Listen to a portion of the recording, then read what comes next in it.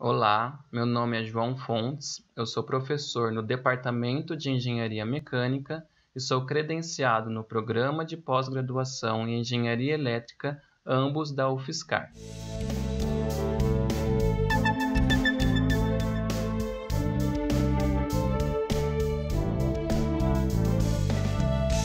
Pela minha descrição, já é possível ver a minha dualidade, né? Eu trabalho na mecânica e na elétrica. Isso porque eu sou formado em engenharia mecatrônica. E a área de trabalho que eu tenho hoje, né, de pesquisa, ela é em robótica. A minha formação no mestrado e no doutorado foi em manipuladores com redundância cinemática e eu busquei analisar o desempenho desses manipuladores e buscar uma melhor eficiência energética, utilizando a redundância cinemática. A redundância cinemática em manipuladores, ela permite com que a ferramenta final do manipulador, então pensando num braço robótico, a ferramenta final seria a mão do manipulador, ela fica parada em uma mesma posição e todos os elos que formam o braço robótico, né, então o braço mesmo, ele pode se movimentar mantendo a mão parada. Então essa habilidade, né, permite com que o manipulador tenha infinitas configurações para uma mesma posição da mão, né, que é a ferramenta final. Essas infinitas soluções, elas permitem com que a gente busque, né, encontre uma melhor solução, então uma solução ótima, que a gente melhore o desempenho do manipulador. Então, o desempenho desse manipulador ele pode ser medido com diferentes índices.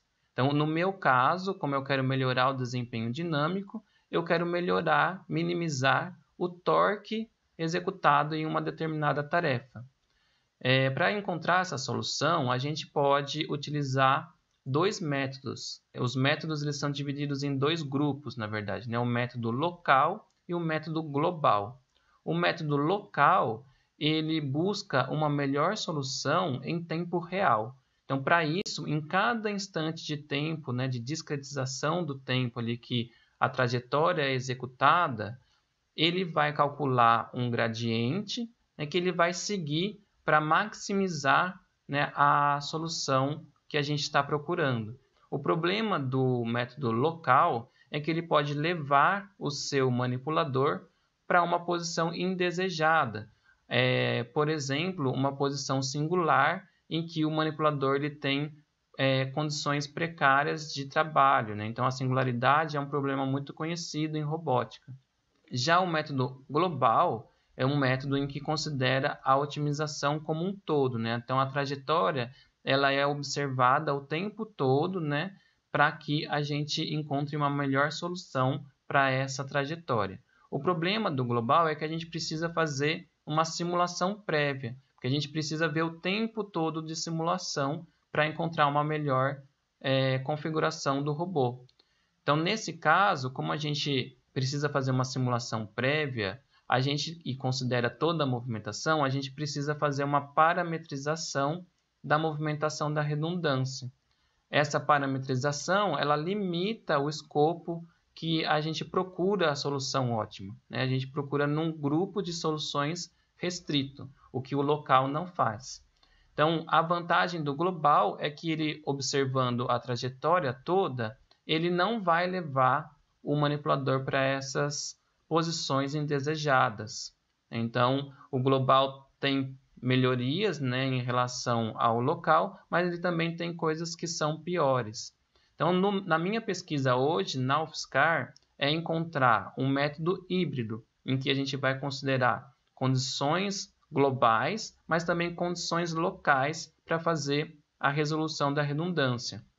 Então, o que a gente faz hoje é considerar a condição inicial, que o local não considera, né? E também a influência da gravidade, em que consiste em não esticar muito o braço, né, em uma determinada posição, para que ele não tenha uma influência da gravidade muito alta.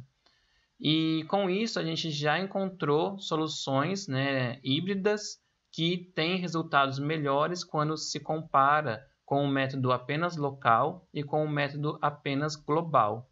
Então, o híbrido ele já se mostra muito promissor, né? E esse é o resultado que veio de TCCs que a gente tem trabalhado hoje na UFSCar. E por que a gente busca, né, uma melhor eficiência energética?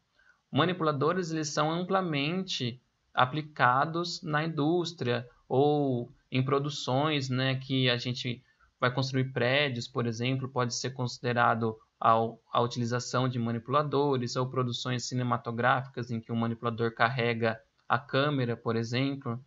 Então, temos muitas aplicações, né, que manipuladores são empregados. Já a gente pensando, então, na eficiência energética, a gente vai contribuir para que no meio ambiente a gente não tenha um impacto tão grande para fazer essas aplicações.